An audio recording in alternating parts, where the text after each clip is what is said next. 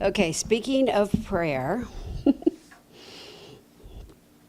there was a man and he was praying, "Dear God, please make me a better person." And he heard the voice of Spirit in his ear. And he says, "Okay, which part would you like me to improve?" And he's like, "Well, let's start with all the other people in my life." Oh, we laugh because it is funny, and we laugh because it's kind of true, right? If only. If only. So often we want to change the world around us. We want to do it quick and effectively. But we first have to change within us, our world and our relationship with that one. Ernest Holmes reminds us in the Science of Mind textbook, the control of affairs is from within out, not from without in. And this is basically the heart of a spiritual practice, right? Going in, courting that divine presence, going inward and upward. And then we get to move out into the world in all of our divine glowing selves. So last week, Reverend Joanne guided us. We're talking about 7 ups. She guided us through the first 4. Look up to God, the source of all good. Emma Curtis Hopkins. The idea being that you look up to kind of like where the ceiling and the wall meet, and you just gaze there for a few, take some breaths, and allow your vision to change. Lift up in terms of our emotional vibration. If you're not feeling up to going out and about, then maybe you shouldn't be going out and about, is basically that idea. We need to take our vibration and allow it to spend as much time as possible in that place of love and peace and joy, of quiet, of comfort. Lighten up is all about finding the joy, and making it up is that we get to decide our life. So today, I have the opportunity of looking at making it up a little deeper. Kick it up, give it up, and start it up. So, make it up. You get to decide the meaning of your life. Ernest Holmes. Life is a blackboard upon which we consciously or unconsciously write those messages which govern us. We hold the chalk and the eraser in our hand, but sometimes we are ignorant of this fact. Isn't that a great visual? Well, join me today. Let's claim our chalk, shall we?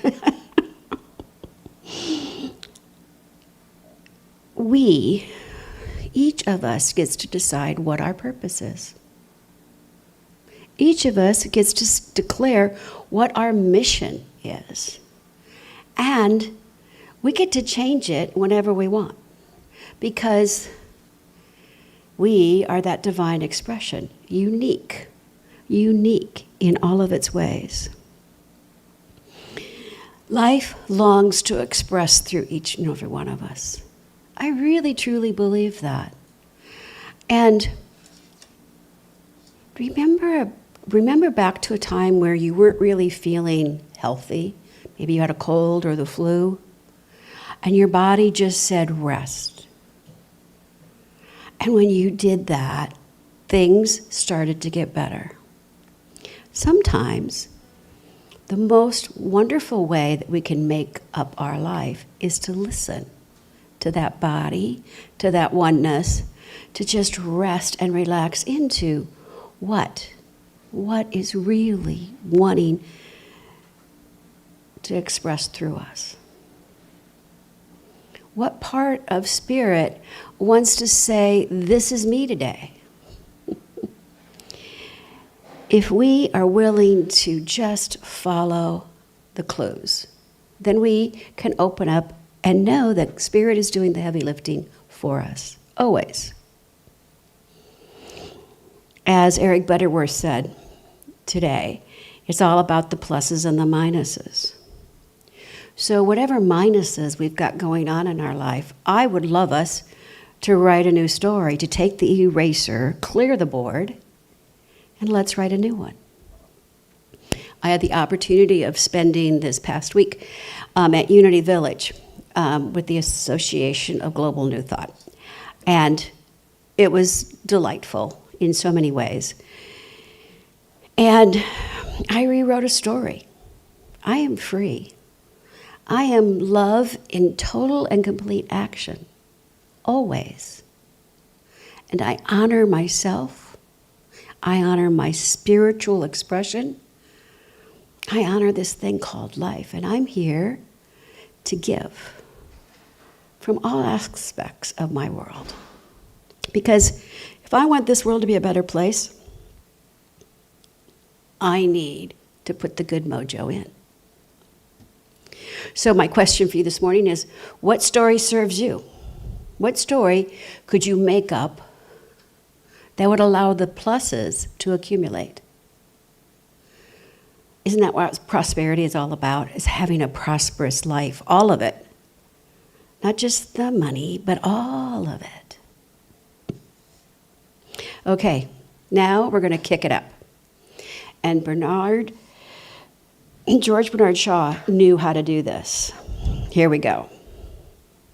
This is the true joy in life, the being used for a purpose recognized by yourself as a mighty one. The being a force of nature instead of the feverish, selfish little clod of ailments and grievances, complaining that the world does not devote itself to making you happy. Life is no brief candle to me. It is a sort of splendid torch, and I want to make it burn as brightly as possible before handing it on to the next generation. That is kicking it up. That is not only saying I'm going to suit up and I'm going to show up, but I'm going to stop waiting for the world to serve me. And I'm going to start serving life. I'm not going to wait until those pounds are off, until my clothes are better, till my next haircut. I'm not waiting for any of it. Today, in this moment, it's about moving out of comfort and into channeling that divine self, that loving self. Because life is not happening to us. It's happening through us. And the more, for me, the more I pour myself into that life, and I'm not talking about getting busy, being busy. I'm talking about pouring my love and my joy into it. The more I do that, the more I court that divine, the more I feel alive. I feel awake. And I feel empowered in knowing that I'm making a change. Maybe a small one to this world, but it's what's mine to do.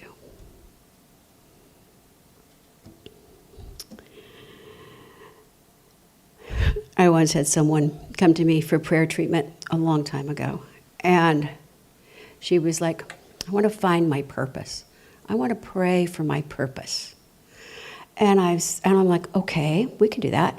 And she's like, but I don't want it to make me too tired or too busy. Because I kind of like my life, but I do want a purpose.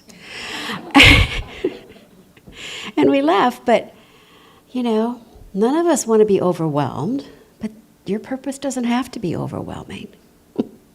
I think of Mother Teresa a lot. She gave her life in selfless service. She didn't wait until she was strong enough or rich enough or had enough backers. She just sort of jumped in day to day. And as she did more of what was hers to do, people started showing up to meet and greet her and give her money. She started with what she had, knowing what her purpose was. And I'm not suggesting any of us need to have that grand of a purpose. But when we're kicking up life, we're saying yes to that which is pressing us to express more of ourself, to burn brightly. Let that inner spark just say hello and yes. That's it. I'm always reminded about how simple this is. It's about being clear on who and whose you are, about what you desire, what you dream, what fulfills you, saying yes with confidence, and then letting Spirit do it.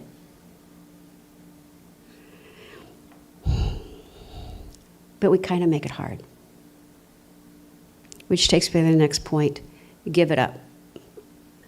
Ernest Holmes defines grace as the givingness of spirits to its creation. He defines love as the self-givingness of spirit through the desire of life to express itself in terms of creation. You notice the thread? The nature of God, whatever you call God, is givingness. It's givingness of itself.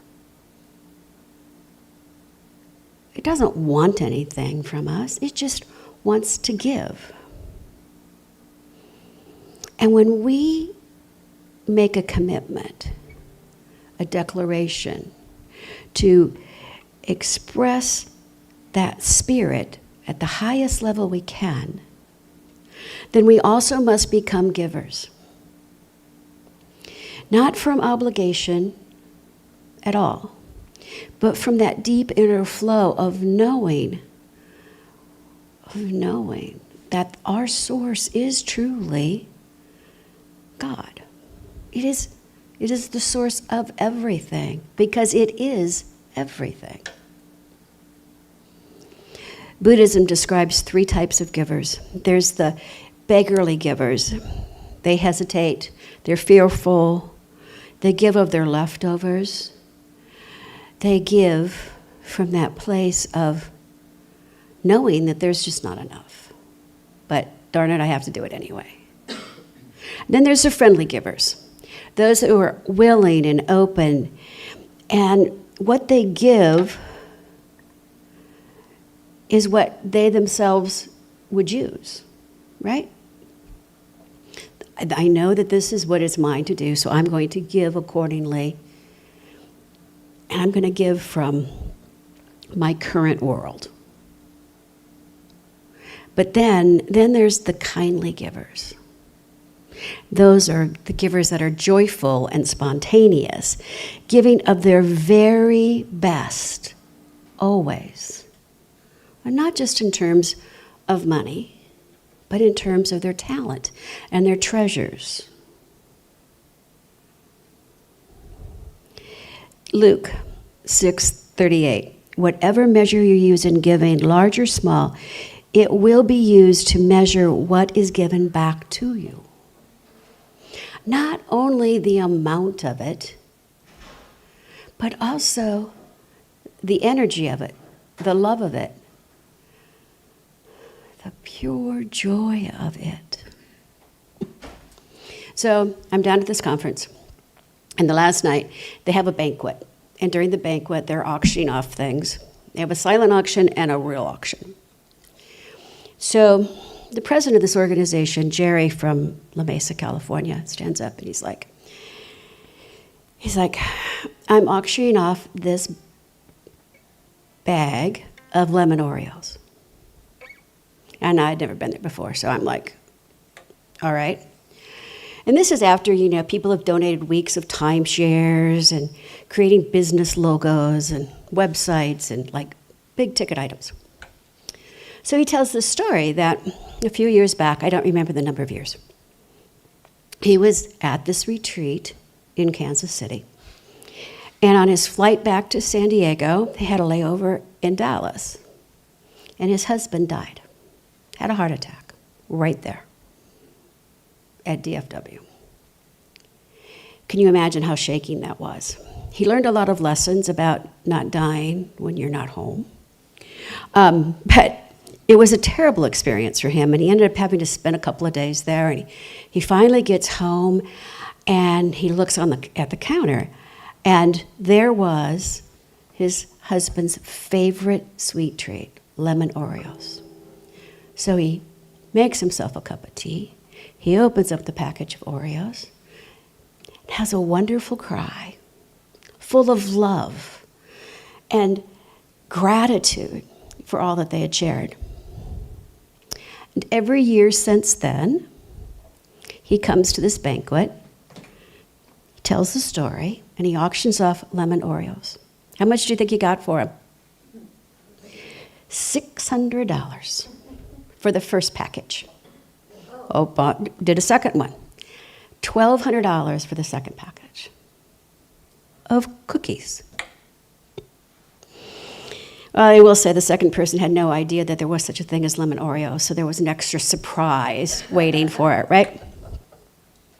But the idea is to give spontaneously and joyfully, and yeah, both packages of Oreos got opened and eaten by everybody there. It's about the sharing and the caring and the pure love of it all. Consider Andrew Carnegie. He gave over 90% of his fortune away. 90%. You can find them in libraries, even right here in Minneapolis and in St. Paul. He did universities, he did cultural institutions. He left behind an incredible work of art. An incredible work of art. And his one belief that he had stated over and over again is, he who dies rich dies disgraced. He lived in that idea of a kindly giver. Yes, he was a shrewd business person. Not going to say that he wasn't. But he was also a kind giver. So if you give of anything from that place of martyrdom, that I'm obligated to do this, stop. Because if you're not giving openly and lovingly and joyfully, then you're not giving of yourself in that loving, positive way. Give from a place of seva, of sacred service, that place of knowing that I give it out full of love and joy, and it comes back full of love and joy. Try this affirmation. Repeat after me. I choose to be a force of nature for good. I will live fully, act intentionally, and let my light burn as bright as possible for the benefit of all. And so it is. Right? And so it is. That's it. And finally, we get to start it up. The way we start it all up is by listening. Listening to oneself. Listening to the point of knowing you're hearing that voice. Because sometimes, when we listen, we don't really know what voice we're hearing. Because that little ego thing just sort of can change its tone. So it's about starting off the day asking Spirit to talk to you. What would you have me be today? What quality would you have me embody today? We ask the questions, whatever that question is for you, and then we listen. And at some point, it clicks. This is the voice of God. This is the voice of my soul speaking to me. When Francis of Assisi asked these questions, this is what he heard. Where there is hatred, let me bring love. Where there is injury, pardon. Where there is doubt, faith. Where there is despair, hope. Where there is darkness, light. Where there is sadness, joy. Spirit knows exactly what we need to do. What we need to do for ourselves and for the world. Spirit knows. We know. Our soul knows. And when we listen, it's not good just for ourselves. but as Butterworth said, it's good for the world. We are the divine expression of the One, and we are the ones that changes the world. We, the people. So the question, what divine quality are you called to do today? Live from where that guidance comes from. Today, we've had an opportunity to recommit to going inward and upward over the last 2 weeks. So, Anthony is going to hand out your homework assignment. Because we have 7 ups and 7 days to try this little experiment. To look up. To lift up. To lighten up. Oh, to make it up. That's my favorite part, is making it up. To kick it up by living life with a passion and a purpose. To give it up by embodying the givingness of spirit. Oh.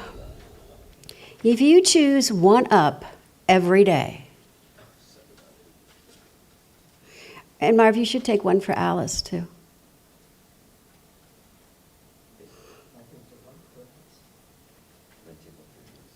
And Anna. So, for Alice, thank you. Yes, thank you. So this is your assignment. Sip it if you like, but just know that if we took each day and tried out 1 of these ups, just 1 of them, and the next day another, let's see which one is rocking your boat, is making your world a better world, and your life a better life. I want to close with a Rumi. Come, come, whoever you are, wanderer, worshiper, lover of leaving, it doesn't matter. Ours is not a caravan of despair. Come, even if you have broken your vows 100 times, 1,000 times. Come, come, come again. Namaste.